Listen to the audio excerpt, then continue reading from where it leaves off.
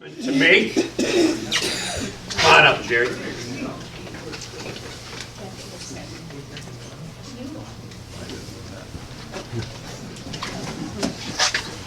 Well, I was told I was coming up, but I wasn't sure I was making an announcement. I'm told I'm making an announcement. So, we are honoring one of our contributing volunteers here. One of the founders of Audubon, has been busy with Audubon for many years, and has been the leader, coordinator, and coffee maker for our Christmas bird count for 30 years. She's a very dear friend of mine, very dedicated to this group, to everybody in here, to making people get out and see the birds. She's just a wonderful, wonderful person, and we just wanted to stand up and recognize her and present her with a photo of her 30th Christmas bird count for all Leopold Audubon Society. Happy Stevenson!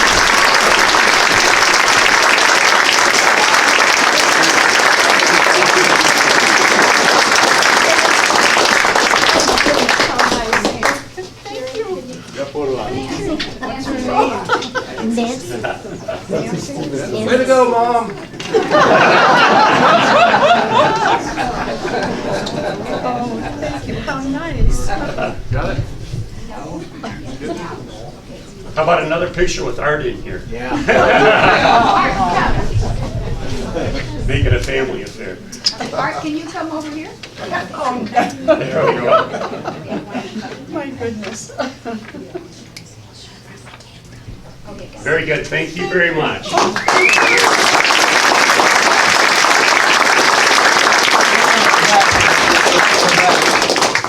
Oh my gosh. Oh, lovely. Thank you.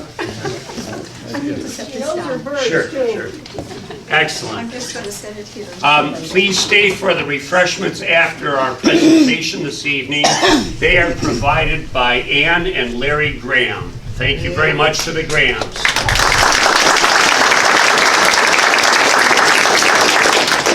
And finally, as introductions, I'd like to ask Alan Haiti to come forward and introduce our speakers. Thank you, Alan. Thank you, Ed.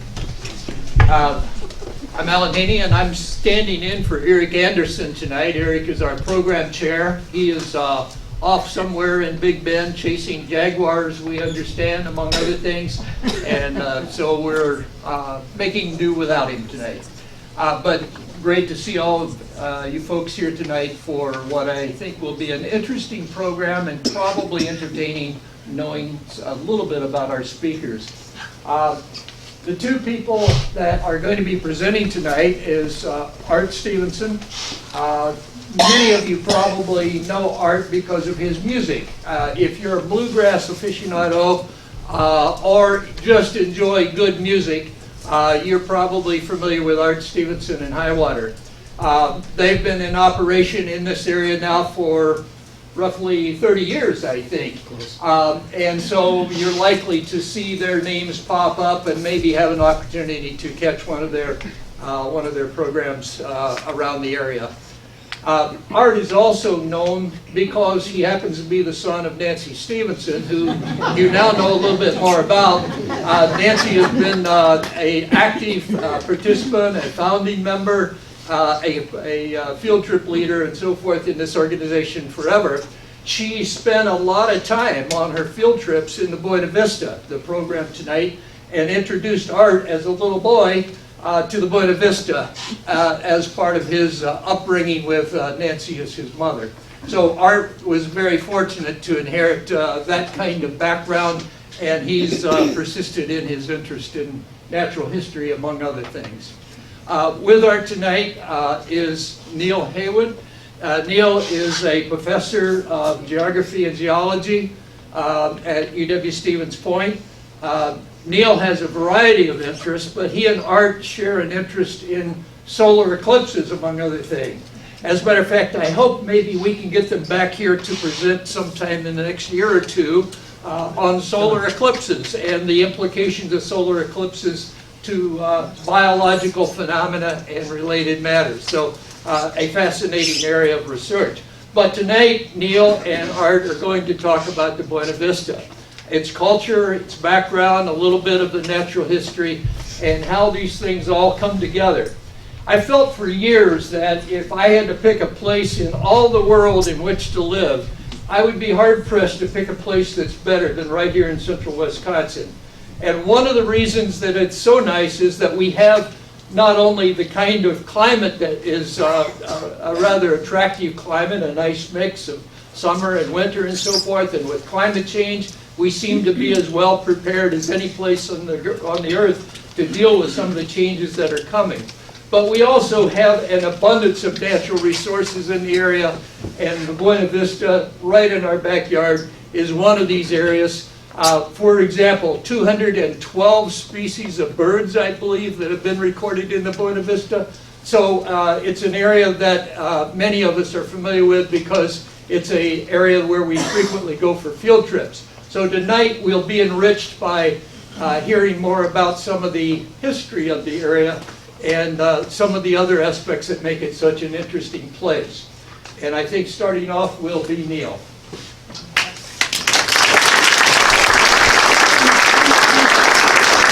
Well, I like to boom it out here, but I'm used to large lecture halls. You're also going to find that I am the classic wanderer. I do the Geraldo up and down, just to make sure I'm not losing folks. How is the lighting in here? Let's get our starting frame, because I want to be sure that you've got a reasonably good view. I can get some of the perimeter lights.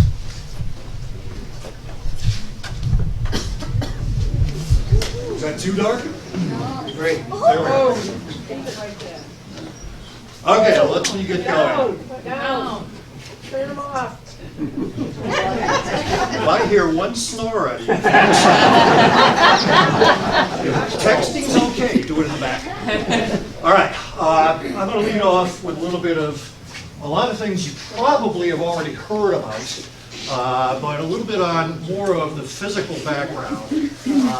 Because, to be honest with you, what I know about prairie chickens, you can list in large print on the back of a postage stamp. So you're not going to hear too much about birds from me. But there are quite a number of environmental factors that are very crucial to their continued existence. And when I was doing some research of my own, am I correct? Is the current population around 600 individuals in the state? Does anybody know? Not that high? Okay, so, all right. Anyway, I'm going to kind of sequence this with a little bit of geology to start off with, even though the birds couldn't care less. But then, moving a little bit closer to the present, some of the glacial history, the ice. Okay? As it turns out, Buena Vista, as some of you know, was not ice covered, but it was influenced. Then we have to look at water. Okay? Essential for life, but a major sculptor of the land. Wind is another one in multiple ways. And then finally, and perhaps we're facing an increased frequency, fire. They all go hand in hand. So essentially, framework that I kind of use to organize physical environment in my own mind, atmospheric issues, biosphere issues, lithosphere issues, and hydrosphere issues. Then I'm going to say a little bit about it, but Art's going to follow up with much more on the anthroposphere, the influence of humans. So with that, all right, much of southern and western Wisconsin is underlain by what originally was laid down as sand. There's a lot of different ways that can happen. Sometimes it's carried in by running water. Sometimes it's pounded up as coastal, by coastal surf. Sometimes it is blown in by the wind. Okay? All of them are involved. But to give you a sense of it, I know you can't read this, and that's not my intent. The area that we're interested in is down here, kind of in the southwest corner of Portage County. Where you see orange is where you've got granitic bedrock. You won't see it at the surface. Where you see the yellow is where you've got sandstones, mixed here and there with some other types of, we call it sedimentary rock. Well, that's kind of the basic layout, but here's another rendition Where now you're seeing the tan is where we have got sandstone once again, and then different kinds of granite, and here and there you've got what's called quartzite, okay? Ancient remnant stuff that's been transformed through time by the application of heat and or pressure. Enough geology for tonight. You will notice though, on some of the upcoming frames, or at least the maps, I've outlined the rather fragmented distribution of the Buena Vista natural area. It is not a single area, as many of you I'm sure are well aware. That poses a problem, because fragmented populations can become genetically isolated populations. And it's happened before, it's happening now, maybe even to our Wisconsin prairie chickens. But we do have here and there a few small outcrops of hard rock, bedrock. As we'll get to in a moment, most of the area is deeply buried in various kinds of sediment that is still not consolidated into rock itself. But this is an example. This is Rabbit Rock off of Highway 13. It's actually in Adams County. But this is a sample from right here on Rabbit Rock, just to give you a sense as to what is typical of the sandstone. And again, I'm not going to go into detailed mineralogy. We have time for that. But we do have some other kinds of interesting features here and there. This is from South Bluff, a little to the southwest of Babcock. And what's curious to me about this one is, although we still have the sandstone, if you look at this right here, why is it so distinctly green? Well, I think what might be going on there is we have trace soluble impurities which through time have basically been leached up to the surface of the rock and then with the water evaporating, left behind is kind of a rind, okay? What we sometimes call an evaporite. But the green can mean a lot of different things. Typically, if you hear a geologist talk, the first thing they start talking about is copper. I don't think so. Because we do have sediments that may have come from what's called the St. Peter's Formation in eastern Wisconsin, which has high concentrations of naturally occurring arsenic. Arsenic also will often create this greenish cast, but it is soluble, right? It is also toxic. Is that having potentially some sort of an influence on wildlife populations or vegetation? Nobody can really say. It is having some influence in eastern Wisconsin on human water supplies. Okay? All right, well, anyway, moving us along, maybe, let's get to that glacial background. This is somewhat more recent in time. The bedrock, by and large, is over 500 million years in the previous map that I was showing. This is much more recent, okay? The last major ice age, as many of us call it, was roughly between 23,000 and 12,000 years ago, okay? Much more recent, but a powerful sculptor of the landscape, okay?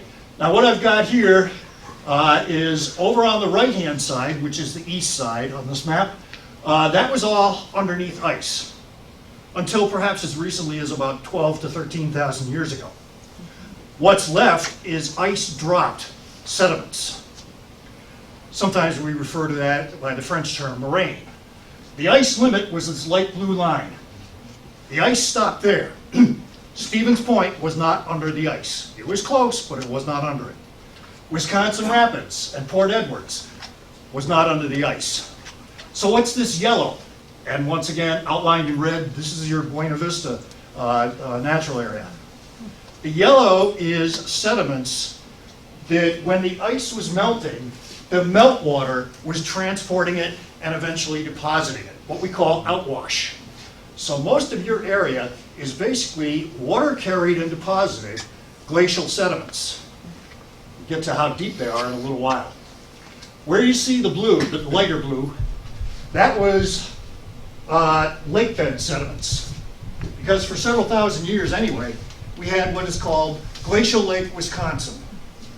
It wasn't all that deep, but it was pretty darn big.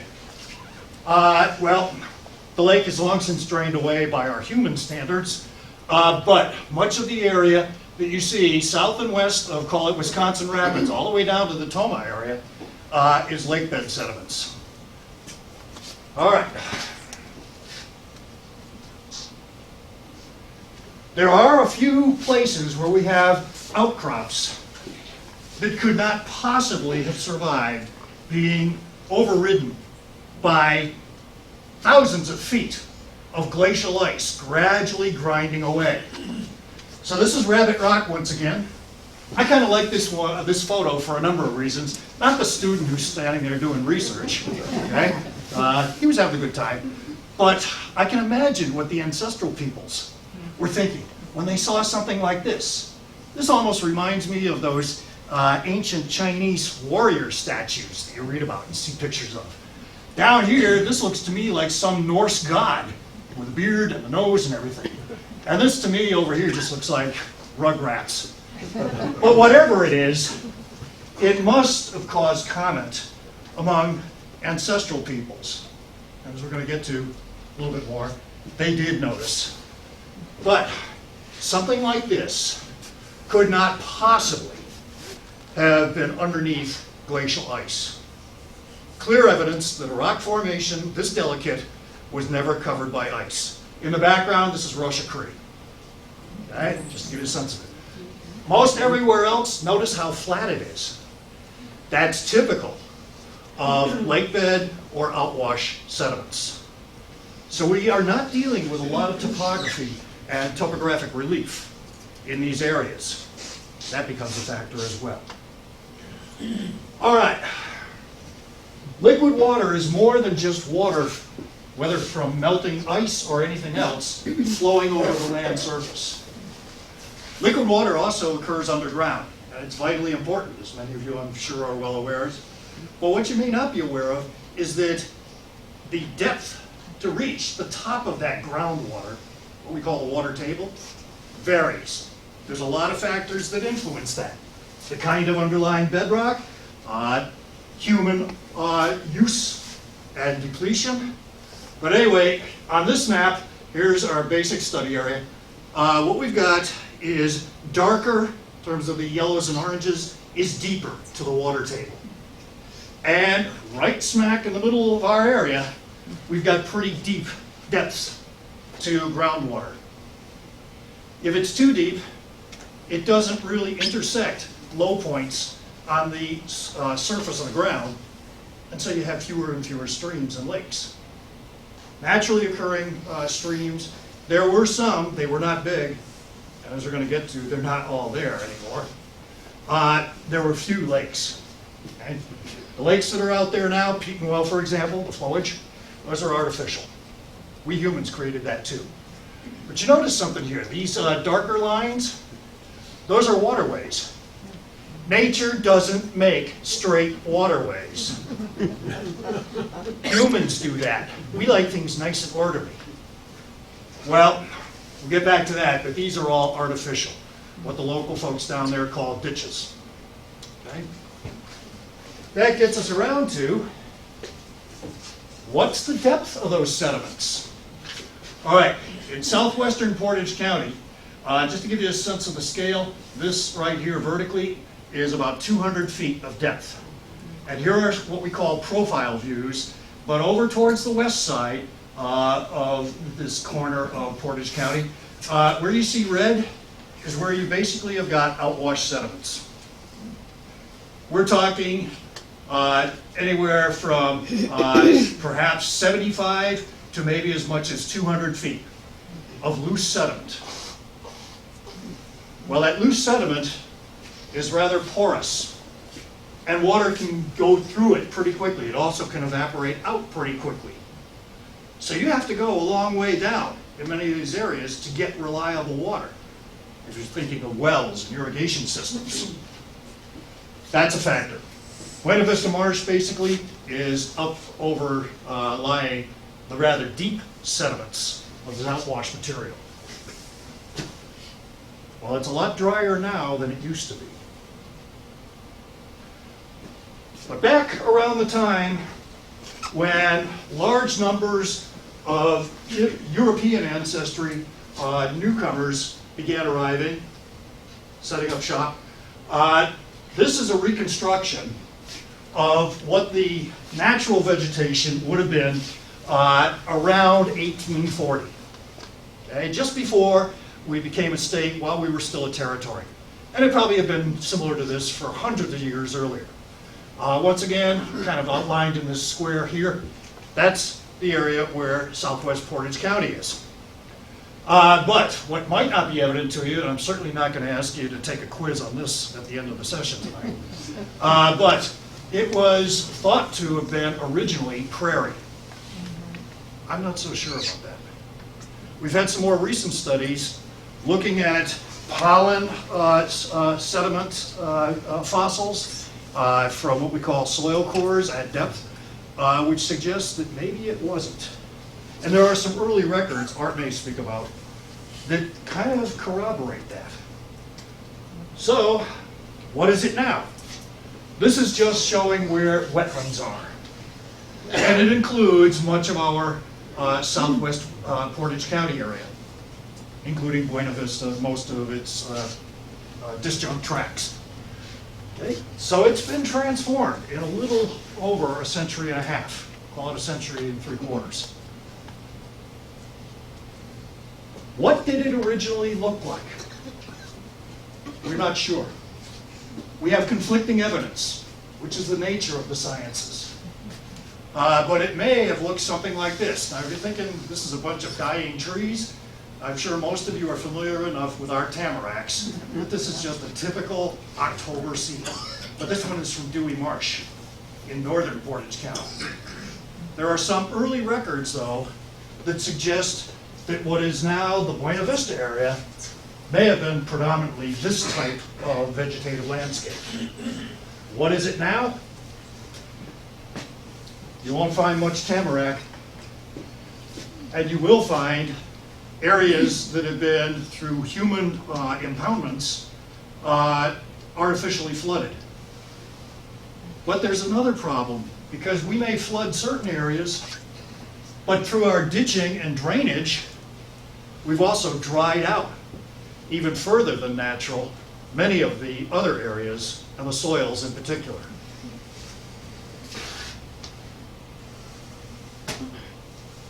Take it onwards. So what about those humans? Well, humans have been around central Wisconsin for perhaps 10 or 12,000 years at least. We have the archaeological evidence on that.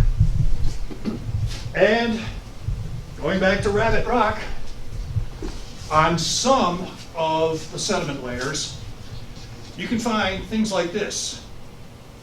And this is thought to be by archaeologists about, that star-shaped pattern, about 700 years old.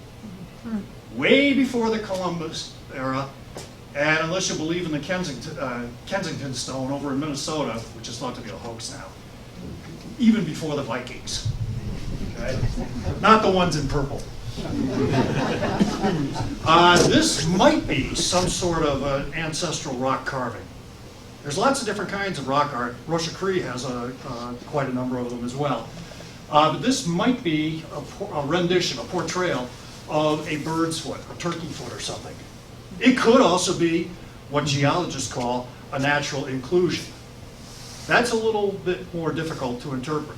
Rabbit Rock, if you know where to look, actually has quite a number of these indications that they were visited and utilized by ancestral people. But that gets around to the more modern times. I pointed out those rather straight-line ditches on the previous map.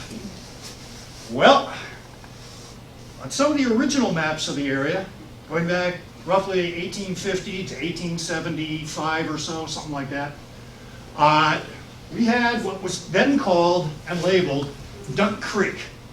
And reconstructing it, it's no longer there. Reconstructing it, we can still trace the sediments that streams leave behind. It's just a normal process for that. But Duck Creek, as I just said a moment ago, is no longer there. Okay? Much of it has been turned into those straight line ditches. So if you're looking to find Duck Creek now, there it is, straight as an arrow, and locally known as ditch number 4.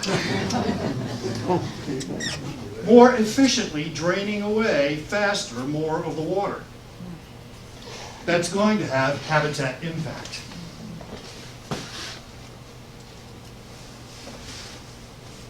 Then, I want to get around to those winds. Winds are important for more than just blowing around sediment. It also deposits sediment. Either way. Well, what I've got here, it's kind of hard to read. I should have made it bigger, but this is central Wisconsin. The red areas are high wind erosion areas. You are sitting in one of the highest in the country, right here. When you see signs like this that you also can't read, it's at mile 137 on Interstate 39 northbound. Beware of dust over the road. Well, they're warning drivers about the visibility for the immediate, but that's your topsoil blowing away. We have a real problem. We're losing a lot of our soil. And what's left isn't all that good for restoring habitat, particularly vegetation. Then, of course, we get storms. Everybody knows that. Some of them are pretty powerful winds. I'm sure a few of you have been around long enough to remember this. That's the township of Big Flats, the day after it was hit by an F5 tornado. 2 people died there. This right here is basically the slab foundation of the firehouse. Fortunately for them, the siren, the warning siren, failed. Because where do volunteer firemen go when the sirens go off? You can't see it, but there were fully laden tanker trucks, around 65,000 pounds, that were carried up to a half a mile away. You get some forces involved. Well, that's short term. They have rebuilt. This is the new fire station. This is the new town hall. That's what's left. All the taxpayers, I guess, were happy that their records were scattered to, I don't know, Oconto County or something. But it's been rebuilt also, in exactly the same place. And with no real structural changes or improvements. So it could happen again. As Art may relate to you, the area called Buena Vista, the township in southwest Portage County, I don't know where the name came from, but in 1861, it consisted mainly of its town hall, better known as tavern. It took a direct hit by a tornado. All 3 people inside of it were killed.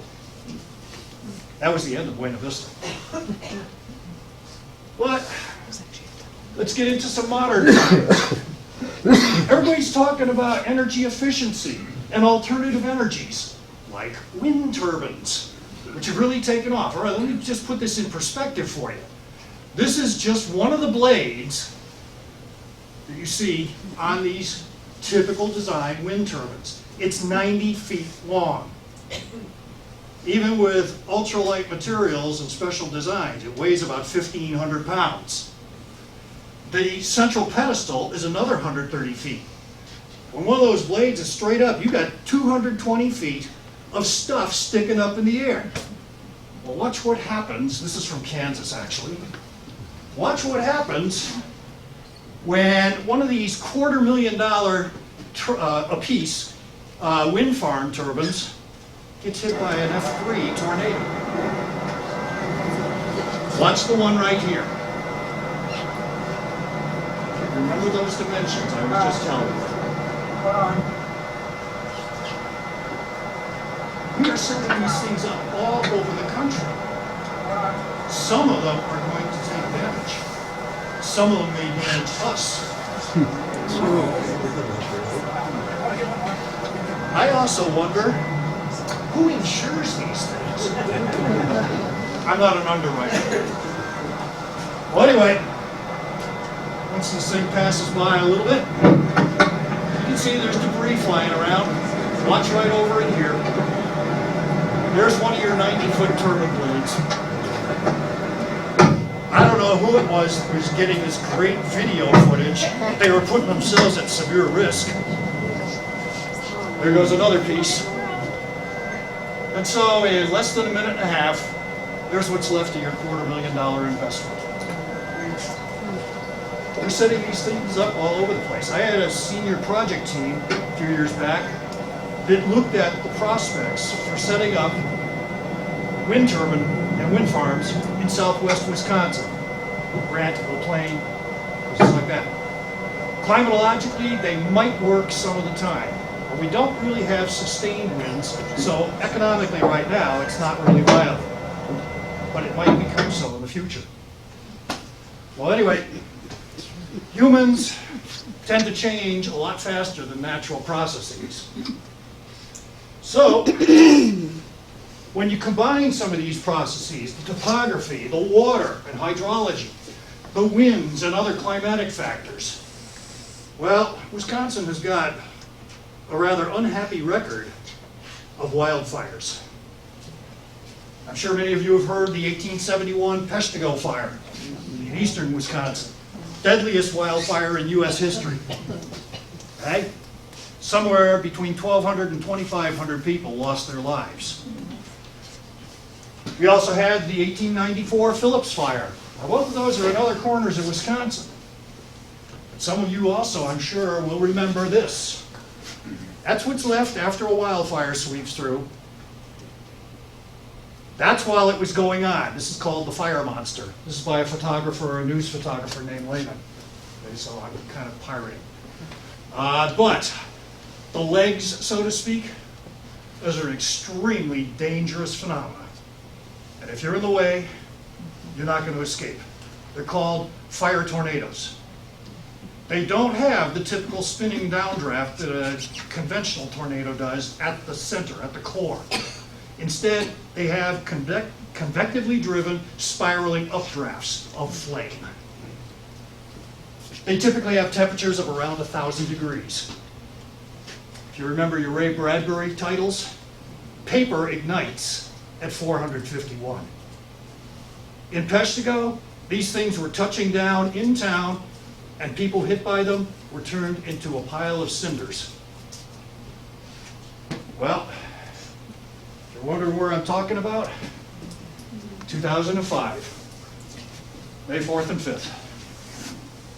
Inadvertently set, it was not arson, by some careless land use, I'll leave it at that. This is from Rabbit Rock, and these are the flames from about 2 miles away. Right? Flying over it. Nowadays we do have that means of keeping track of where fires are and where they're heading. Again, billowing clouds of smoke. That smoke has an influence. The heat has an influence. These massive fires do create their own weather in many ways. And then a couple days afterwards, now basically aerial reconnaissance of the damage. This big scorched area, now it's only part of it. We've mapped out from various kinds of remote imagery. This fire started basically in one spot, and when it was over, 36 or so hours later, about 4,300 acres and over 200 homes had burned. That 4,300 acres included a lot of people's retirement plans called pine plantations. Gone. So yeah. And then we have other factors. Here's another not too good image, but over in here, you see kind of this lightish color? In there was a salvage yard. And on the ground, this is just what the front of it looked like. There were about 5 acres in the back loaded with junk cars, 55-gallon drums of who knows what. I was teaching a course to emergency responders, police, fire, ambulance. I had a police chief took one look at this and said, my people are never going to go in there. So if you do have something like this break out, the red area is the part that burned. They were able to avoid that for this. But even after the fire goes through, if there are contaminants, and there likely will be, where are they going to go? Into the wind, into the water, eventually into the vegetation. You can't blame that entirely on Mother Nature. So, I've kind of used up most of my time, but I'm going to close out by saying something that Art's going to follow up with, I'm sure. Art and I have this bad habit. Actually, we've got a lot of bad habits, but I'm not going to. But we kind of get into reading old books. With one exception, none of these books is newer than 25 years, and some of them are a lot older. So you're going to hear lots and lots of stories. Things about towns that have disappeared, like Old Plain. I'm sorry, Buena Vista. Place names. Did you ever wonder where the name Petenwell came from? It's after a voyageur who ran off with a local chief's daughter and was pursued, and they jumped into the lake, or the river really at that time, and lost their lives. That's who Petenwell was. There's lots of others. I could go forever. Art's going to be drawing some out of this book in particular by the Hamerstroms. But this is the Pestigo fire. Here, 1931, those fires didn't just stop with modern technology. Where do you think we got Cottonville? In 1931, this is the news item out of the Wisconsin Rapids Daily Tribune of the time about the fire tower on South Bluff that burned down. And then fire tornadoes, okay, that's just a depiction of one. But again, very, very dangerous phenomenon. And we, despite all our modern communication and modern technology, we are not immune. So I guess the moral of the story is, maybe we ought to pay a little more attention to nature and try and coexist with it instead of control it. Yeah. I'm preaching to the choir. So with that, showtime. You want our... Let her go.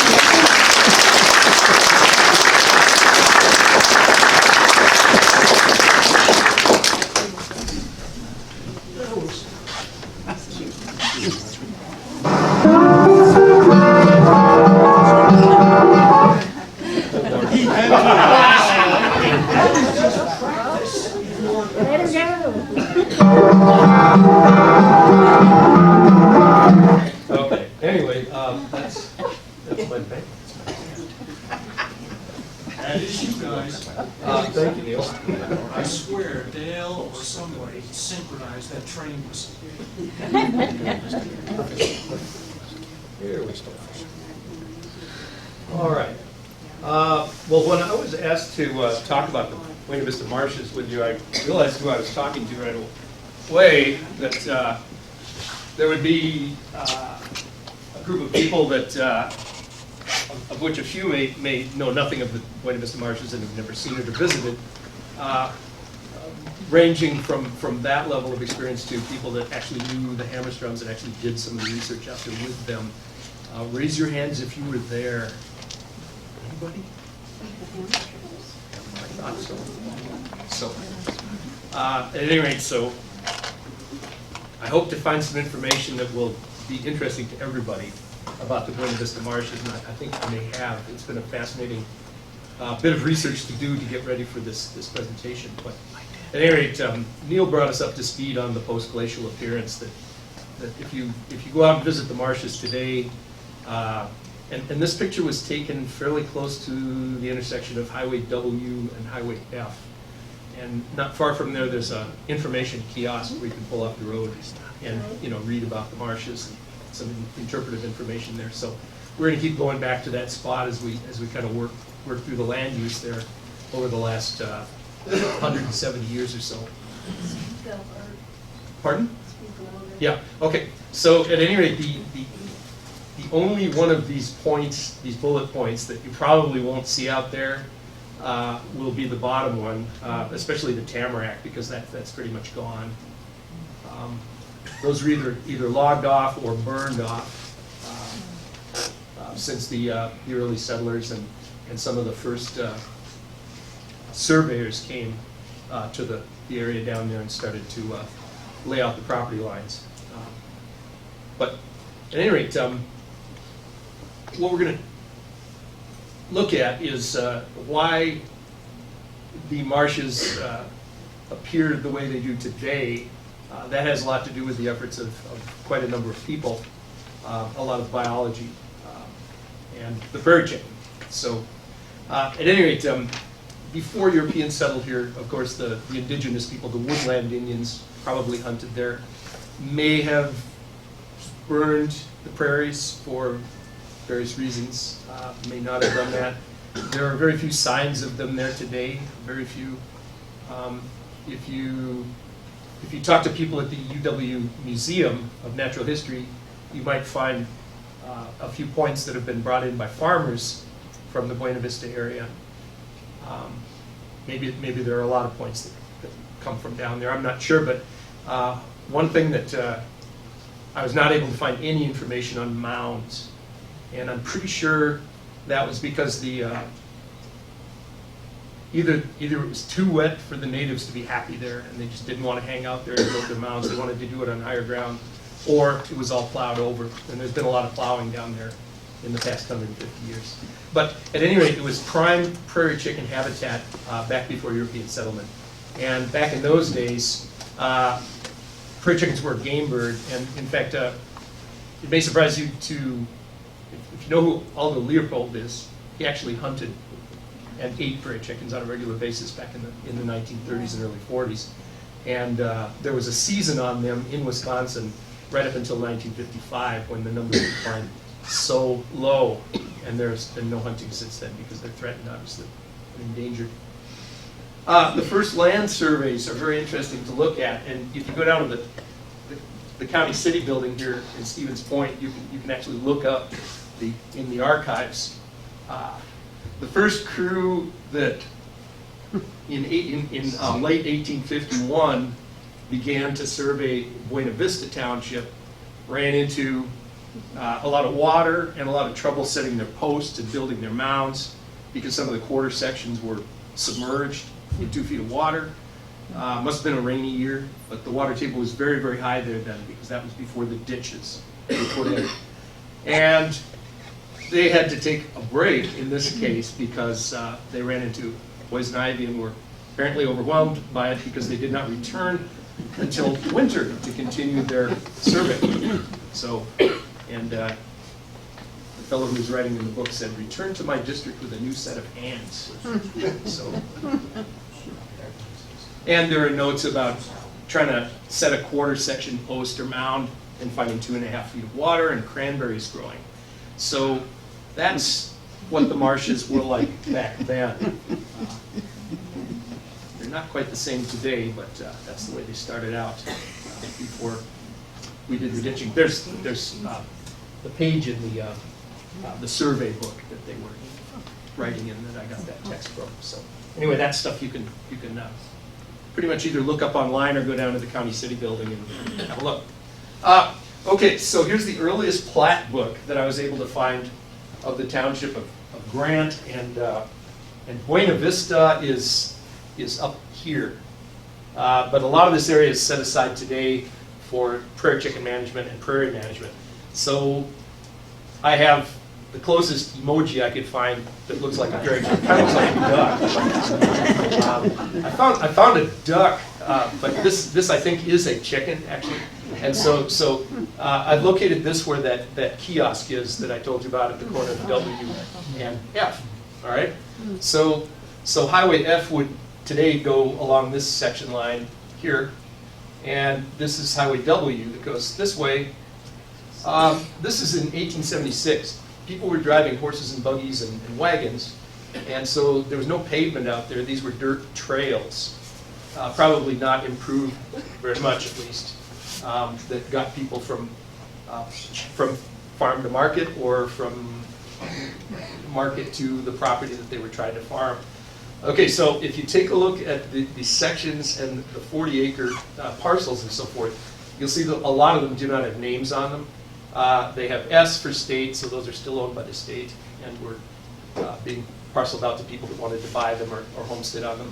C is county land apparently, and there are some that are marked U, and I'm assuming that means federal, unclaimed.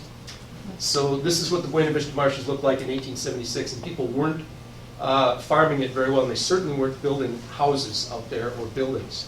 It was too wet, it hadn't been ditched. This is Duck Creek that Neil was talking about going through here. Look at how it goes right along Highway W in this picture. There's another plat map where it doesn't do that, and so I'm not sure how accurate these maps were, probably not very. Little squares and rectangles are barns and houses, and so you see a few up here, this must be high ground. Over in here you hardly see any, because again it hadn't been ditched yet. So I kind of like to go back and forth between this plat map. Actually, I like this up here in the upper left. There's a store owner by the name of W.H. Else. So, I wonder if there are any Else folks left around here. But I always thought it was curious that what or who else? Sorry. So, by 1895, you can see that a lot of this land had been purchased, and so there's hardly any state or unclaimed or county land left. And if you look at some of the names in here, this was 125 years ago now. There are some names that you might recognize, like Andy Nelson, and as you look around here, you probably see more. But anyway, here's Duck Creek, and it doesn't look quite the same as it did before. So either that's the 1895 survey was more or less accurate than this one. Hard to say. But anyway, Duck Creek still existed. And you look into the area that I was pointing out as a very wet land area here, where it was very marshy and wet. And again, you still see lots of folks in there trying to buy property and do something with it, maybe raise hay, maybe raise cranberries, depending on if they had a bog there, maybe try to raise other crops too. But you don't see any buildings, it's too wet.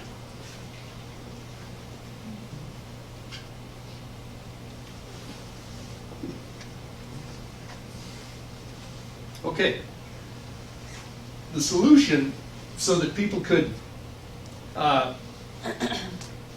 farm and raise more crops than just the occasional hay crop that might be flooded in a wet year was to dig drainage ditches.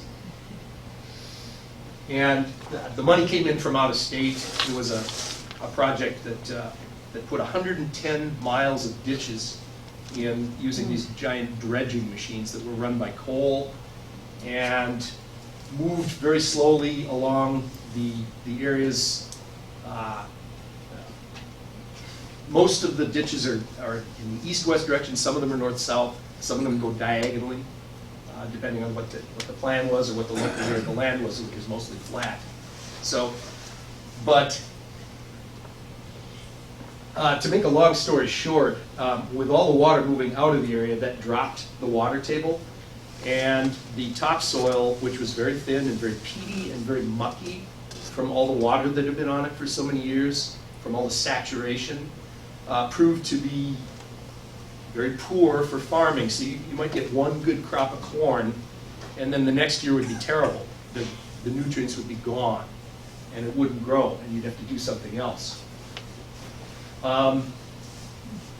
There were some dry years not long after this ditching, and with dry years came wildfires, or fires that were set by mistake by people that lived out there.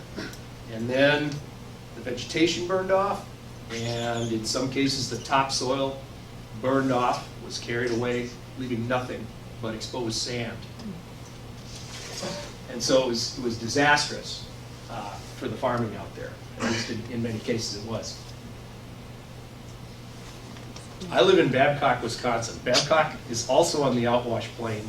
It's also on, we like to call it the bottom of Lake Wisconsin. That's where we live, southwest Wood County. And being at a lower elevation than other parts of the county, it's a frost pocket. And so we get a lot of frost out there. And cranberries grow really well in the acidic soil, but not much else does. There are parts of the Buena Vista Marshes which are also local low elevation spots. And so another thing they were playing with were mid-season frost, killing frost. So your corn in mid-July might freeze and you're lost. You've lost your crop. So anyway, as I'm talking, you're probably reading all the Leopold's quote here about the results of this ditching. Too much water was removed from that area at the time.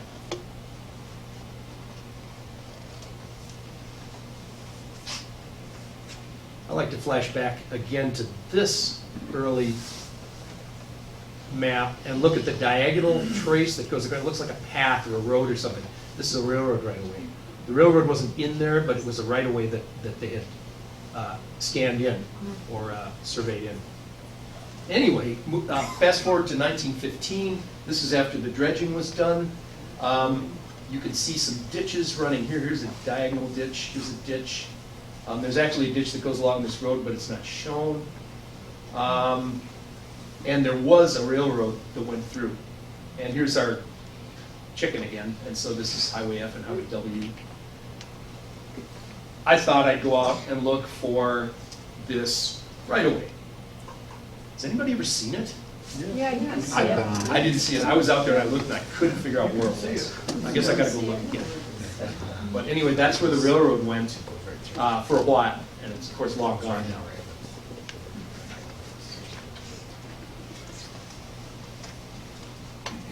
So in 1915, you can start to see buildings coming in here. People are actually building in here because the water table went down, and you can now put up a house or a farm, a barn, in the Buena Vista Marshes.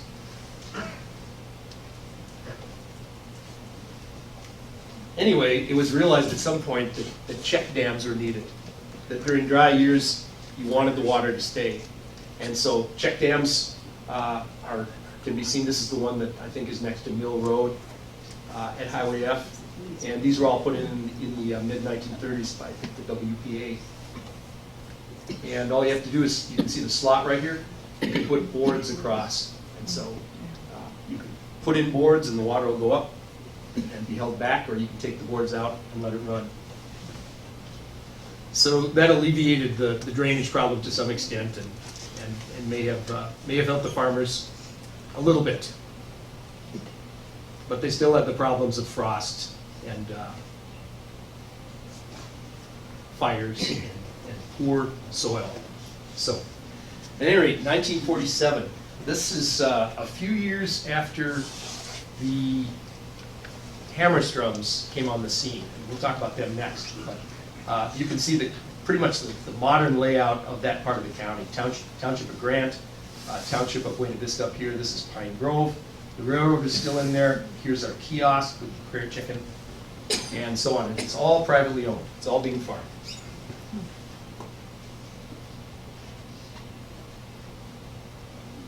At any rate, the prairie chicken by 1850 was actually in decline. It had been hunted by early settlers, and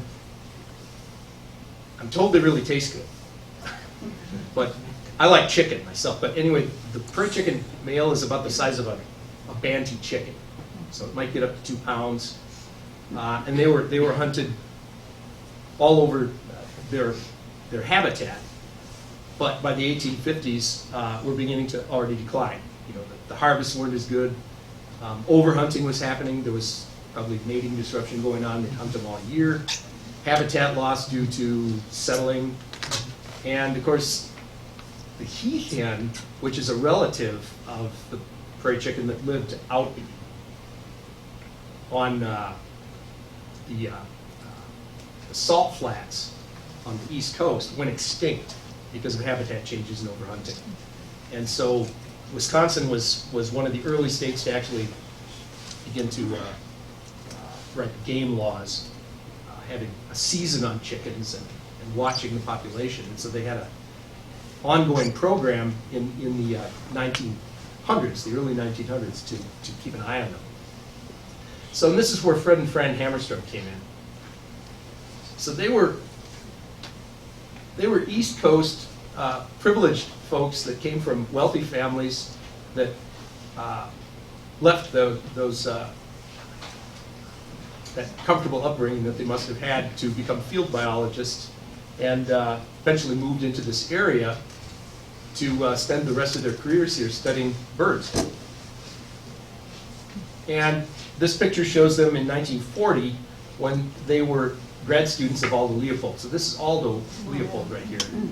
And they're obviously in some kind of an outing. Aldo's got his binoculars on. And Fred is striking a pose here for some reason. Dramatic pose. Fran became a noted bird biologist, but also was a falconer, very avid falconer. And so this picture here shows her with a golden eagle that she kept for some time. Anyway, they came on the scene in the late 1930s and spent time in the Meseta area, which became the Meseta Wildlife Refuge, and also began to study the prairie chicken and other birds here in central Wisconsin. Among their studies, they banded chickens. They caught them in live traps, and you can see them, somebody banding a prairie chicken here, holding it upside down and putting a band on it. And this is Fran taking notes in the field. And they observed the booming of the prairie chickens as the males attracted the females, and they used these blinds. Raise your hand if you've ever been on a blind and seen the booming. Great. It's a wonderful experience, and for everybody that's ever done it, you want to go back and do it again, and it just fascinates you with this bird because of the behavior. I mean, birds don't generally look like this. Looks like a rabbit. My wife actually worked in the Buena Vista Marshes for the DNR for a couple of years when I first met her, and so of course she took me out to see the booming, and I got into the blind, and this happened.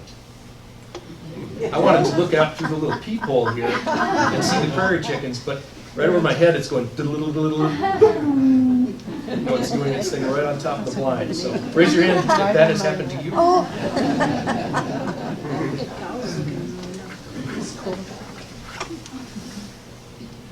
So, if you've never seen it, it's just absolutely spectacular.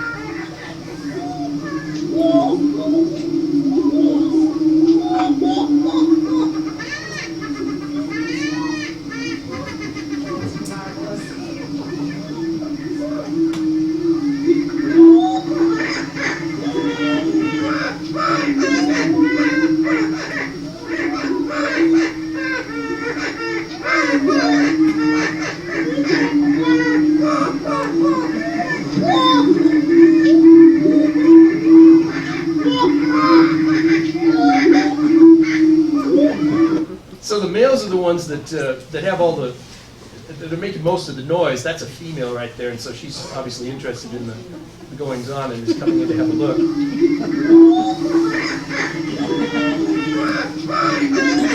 The males are staging and they're trying to attract females to mate, and the booming ground is very important for this to happen. The terrain has to be wide open. The horizon has to be absolutely clear. They want to be seen and heard from a great distance.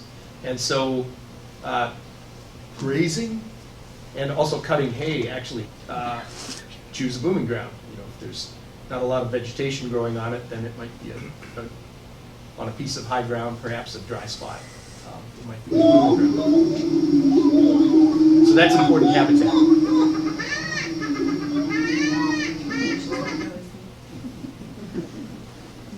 So the timeline of this study, and I'm going to try to hurry up here because I don't want to stay too late tonight, but basically Fred and Fran Hamerstrom came in and began studying prairie chickens under Aldo Leopold as grad students.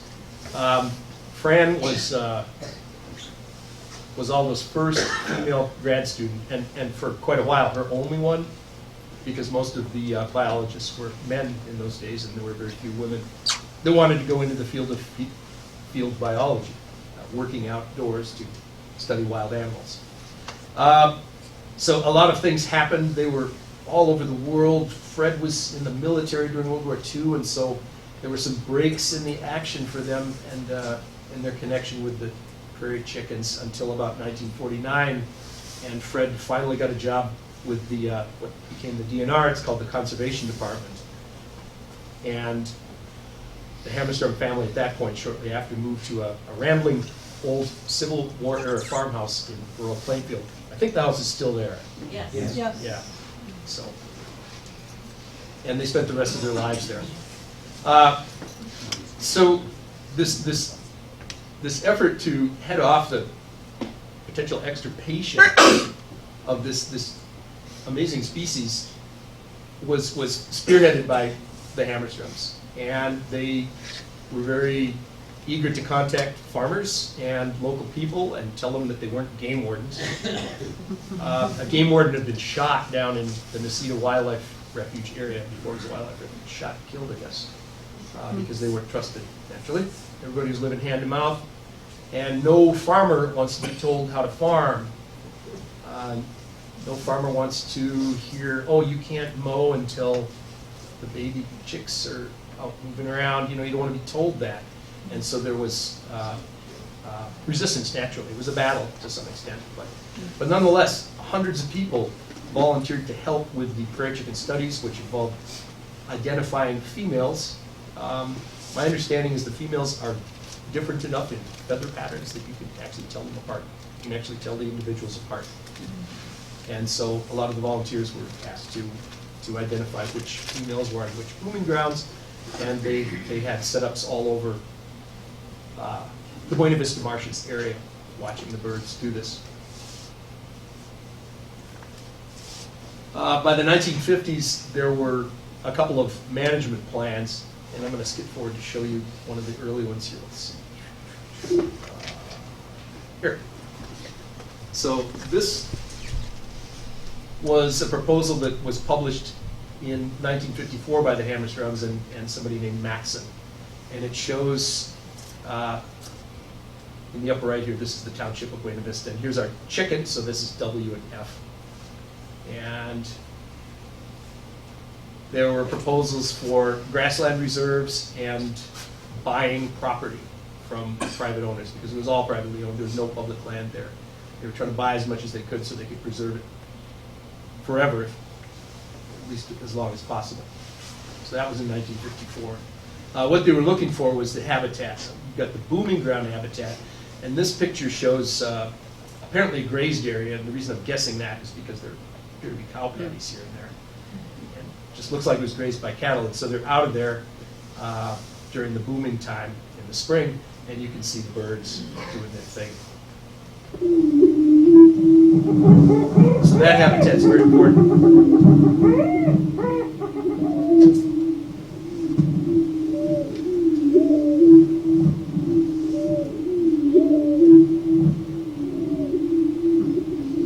I used to have booming grounds behind my house in Junction City on 80 acres of pasture land. They'd take the cows out of there in the winter. They were heifers and they were raising heifers, and they'd ship them in the fall. And then in the spring we'd hear the birds booming. And they'd put the cows in again, and I was just hoping that they didn't go walking around and crush the little chicks in the nests and things. I never did know if they brought off clutches there or if they moved on somewhere else where they felt better about it, but they were booming out there back a few years ago when I lived there. So anyway, you need booming grounds, nesting grounds, and the nesting grounds have to have long grass basically to protect the little chicks as they run around and forage, which they do as soon as they hatch. They just get up and start moving around looking for food, led by the hen. So the Buena Vista Marshes has all of this. This looks like a really good nesting ground here because it's got a lot of cover. And so the little birds can run around in this stuff and eat and grow and eventually learn to fly. So you need this. You need the booming grounds, which are wide open so that they can be seen and heard and attract females and hopefully get the job done to bring off another clutch. This is a food plot here. Right next to a cornfield, we have a hay meadow, and this has been mowed. So this might make a good booming ground, and the corn is left on the stalk, and the birds love corn. Not only the prairie chickens, but other species love corn too, and so they can go in here. And so when I go looking for prairie chickens on a winter day in the marshes, I might just kind of drive slow past the cornfields and the stubble and look and see if there are any birds. There might be a whole flock of them in there, and they might flush, and I might be able to get a glimpse of them. So Wintering ground has to have mixed cover. They will winter in the snow. They will actually dig into the snow if it's deep enough and shelter themselves quite nicely, apparently. And if there isn't much snow, then they need a few shrubs and maybe some trees to get into so that they can stay out of the wind. So all of those types are found in the Buena Vista Marshes. At least they're found there today. They wouldn't have been found there if it hadn't been for the Hamerstroms and the other folks that put in the efforts to reserve and preserve the prairie lands and restore them too, because a lot of them were being plowed and used for monoculture cropping.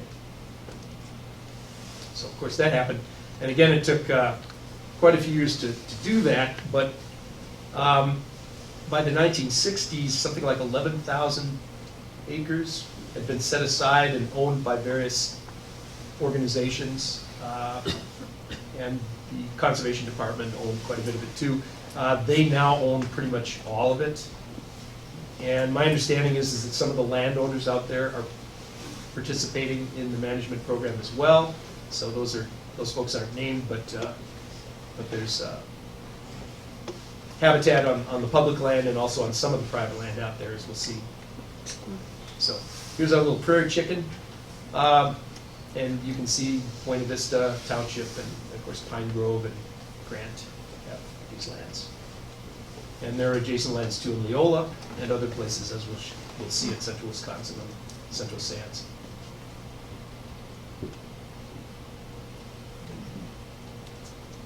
This is what it looks like from space. This is a fairly recent photograph it's imagery actually from Landsat. And the colors have been exaggerated. I think there's an infrared signal mixed in with the visible signals. And basically this shows the area that we've been looking at on the plat maps. So if I superimpose the public land map that I showed you just a second ago, you can see where Highway W is and Highway F.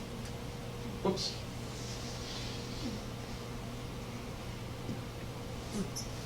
And so you can see how the prairies appear. You can also see how the farmed areas appear. Some of these are cranberry marshes. Cranberries have been going in there like crazy over the past 20 years. People have gotten onto that market out there. When I was a kid, I don't think there were very many cranberry marshes out there. I just don't remember seeing any in the 60s. So you can see pivot irrigation going on. These are pivots here. So, but we've got 12,700 acres plus some landowners that are participating to help our cause. Okay, so anyway, what kind of birds can you see out there?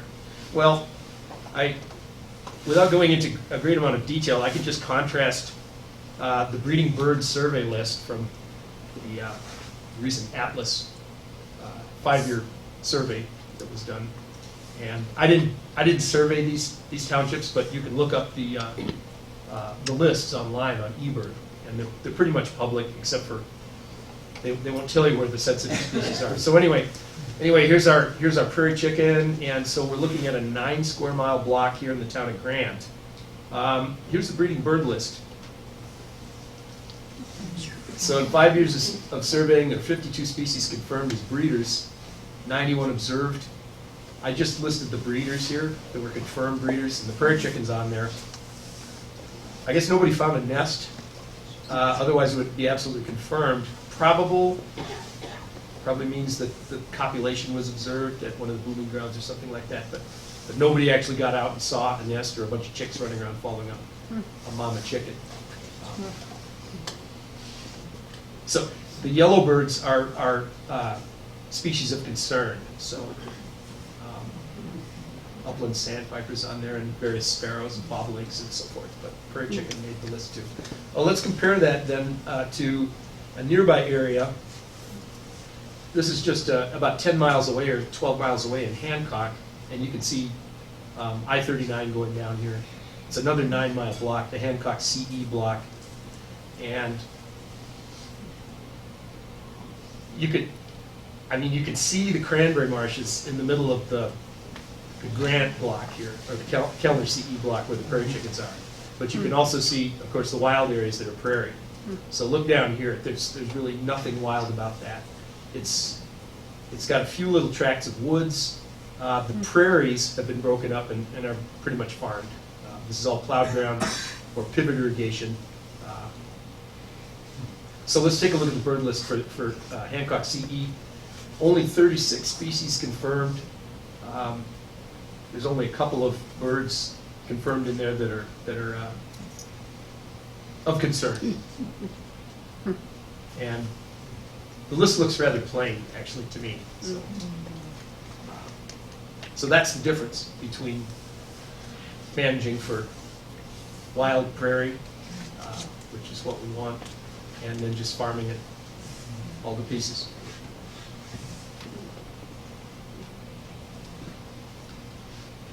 So thanks to something like 7,000 volunteers over a 30-plus year program, which is still going on today. The University of Wisconsin-Stevens Point is in charge of management now and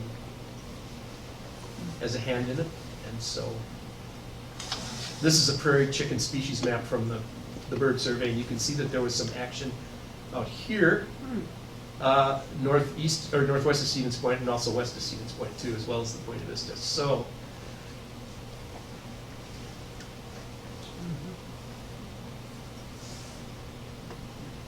these are prairie chicken reports from Buena Vista, and so you can see that they're all over out there. Just a few hundred individuals apparently.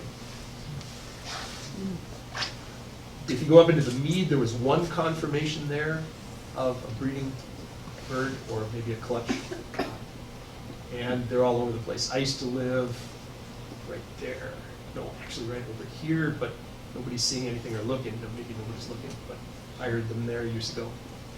And of course, down near the Rudolph area, there's some big grasslands too that have been set aside. Paul Olson Wildlife Area.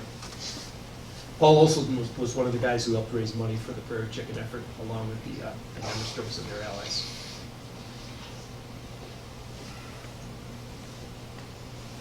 So what's going on there today is you can go out and look for prairie chickens, and if you're lucky, you'll see them. You can go out and sign up for going to a blind, and someone will take you out there from the university. And I'm going to do that this spring. I haven't done it in a long time. And so it's a success story for sure. For the prairie, for various bird species, and especially for the prairie chicken, that probably would have been pretty much extirpated in this part of the state if this hadn't happened. This ecological effort hadn't happened to save the prairies. So how do they manage it now? Prescribed fire. I've seen prescribed burns out there. My wife used to assist on those when she worked with them. Continuing to encourage the native species and replace the non-natives, especially the invasives, and so on and so forth. And here's a list of birds that are of concern in the area. I haven't seen a whooping crane out there yet. Raise your hand if you have in the Buena Vista. You have seen them. All right, I gotta go look. Okay, I gotta go look. I live 10 miles north of Sprague Nether Village, and I can go see one every day down there in the summer. It's just, if you've never seen a whooping crane, come out, and I'll take you down there, because I love to go down there. I'll go in anytime. But there's some interesting kestrel research that Janet Eschenbach is really involved with going on, and they're putting boxes up and they're banding them and really watching them. So that's, anyway, lots of stuff going on down there. Lots of folks are looking at the grasslands in this part of the state and of course elsewhere too. So a couple of state natural areas that you can visit. You can actually walk in to the Buena Vista Prairie Chicken Meadow, and I think this is about a half-mile walk-in. I don't think there's a road going in there. You have to do some hiking. But the Hamerstroms studied this for years. And the Buena Vista Quarry, I think that one's closer to the road. Interesting places to check out and look for rare bird species or plants and things. Definitely go onto the university's website, UWSP's Prairie Chicken website. There's information there. They haven't updated it for 2020 yet, but I'm sure they're going to do that as soon as the semester gets rolling again, and you'll be able to find out how to get signed up for a guided trip up to Prairie Chicken Blind so you can watch the blooming go on. And definitely get a reservation. I remember not being able to get in very easily back when I did it last. That there were a lot of people waiting in line. So I always like to point out that if there had been no effort on the part of the Hamerstroms and Paul Olson and the other folks, Aldo Leopold, and all the thousands of volunteers that worked with them over the years, we would not have this natural treasure here in southern Portage County. And so I'd like to leave you with encouragement to volunteer any way you can to get out and do something for the natural world if you're able to. If it's something you want to do, you'll be most welcome. There are all kinds of programs out there for volunteers. You don't have to be specially trained, although you don't have to do a little bit of studying to be a good volunteer, but there are people out there that will welcome you and train you. And I've been doing that for quite a few years. Even though I teach physics and astronomy, I've been doing a frog survey in Portage County and also Wood County and Marathon County for 21 years now. So I've got the Mead Wildlife Refuge, which is just outstanding. And then I've got Sandhill Wildlife Refuge too. So I do those routes, and they're just absolutely spectacular. I do an owl route down near Mather. So I go out and listen for owls at night, and there are others. There's a bat route. There are bat routes all over the state. Turtle surveys, plant surveys, dragonfly surveys, and those are all through the Wisconsin Aquatic and Terrestrial Resources Inventory. So you can click on those links there. I'm going to post this somehow for you so that you can follow some of these links. I'm sure somebody will set that up so you can do that. And of course, besides teaching your children about nature, you can also go out and join the Aldo Leopold Society and help out, as they do, to make the natural world live on and on, which is what we hope. So, it's a small world, and my top reference here was Dave Tesh. Is he in here? I don't even know where he is. I don't even know if Dave lives around here anymore, but he did a master's thesis in 1982. He used to be our next door neighbor out of Red Pine Lane. And so he did this pre-settlement vegetation in Portage County, which I thought was fascinating, and got me onto the old survey notes. So anyway, I hope he's well. But there's all kinds of stuff that you can read about. Strictly for the Chickens is a great read. Mice in the Freezer, Owls on the Porch is a great read. Absolutely full of anecdotes and stories about the Hamerstroms and their studies, and wonderful people. I only met Fran a couple of times because she knows my mom. And she used to come up, I'll tell you one story and then I'll quit, okay? So I was coming home on my bicycle, age 14, being out all night, you know, and I come riding up into the yard, and here's this old Volkswagen Beetle with a rack on top, and the windows rolled down. So I pull up, and this great horned owl comes out of the window and jerks to the end of its tether and starts going like this helplessly because I spooked it, and it was Fran's pet, that owl. Do you remember the name of that owl, Mom? So anyway, Fran had to come running out of the house and get it, you know, and put it back in the van. And they were up here to band red-shouldered hawks? Broadwing hawk. Okay. Yeah, and so we watched her with some of her grad students going up the trees and looking at the chicks, and they weighed them and banded them and so on and so forth. So I was glad to get to meet her. She used to call my mom on the phone. That really impressed me about my mother. Fran Hamerstrom's calling my mom. Wow. Well, so anyway, at some point we have to decide when it's time to quit, and I think now's a good time. Neil and I both went over, and we appreciate you bearing with us on these stories. I hate to cut things out, but at any rate, we'll try to put some of this stuff up, these slideshows for you, so you can look at them if you want to. And at this point, I'd like to say thank you for being here, and do we have any questions? I have something too now. My name's Bill Clinton, and I'm with the Prairie Chicken Festival that's going on this year. And I got the brochures at April 18th, we have our Prairie, Wisconsin Prairie Chicken Festival. Interesting. And it's going to be held at Aaron's Barn. And that's where it's going to be. I will have, she just went out to get the flyers. Oh, I'm taking one home. I'm taking the flyer home. Hey, I just want to say one thing about the Hamerstrom. I went to school with the Hamerstrom. We graduated, it'll be 60 years this year. And I think the daughter is coming in for our graduation of 60 years. And I went to school. But somebody that I always think is really forgotten is Larry Crawford. Larry Crawford lived about a mile from the Hamerstroms.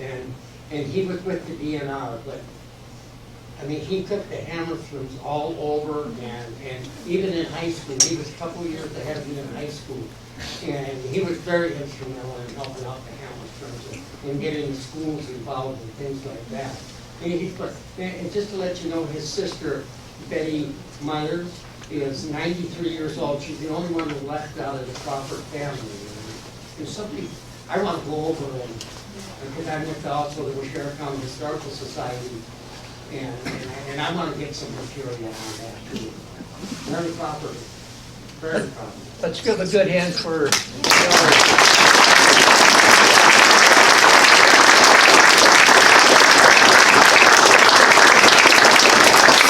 given the lateness of the hour. I'm sure they're willing to answer any questions. So if you have questions or would like to chat, why don't you come up and do so. Don't forget their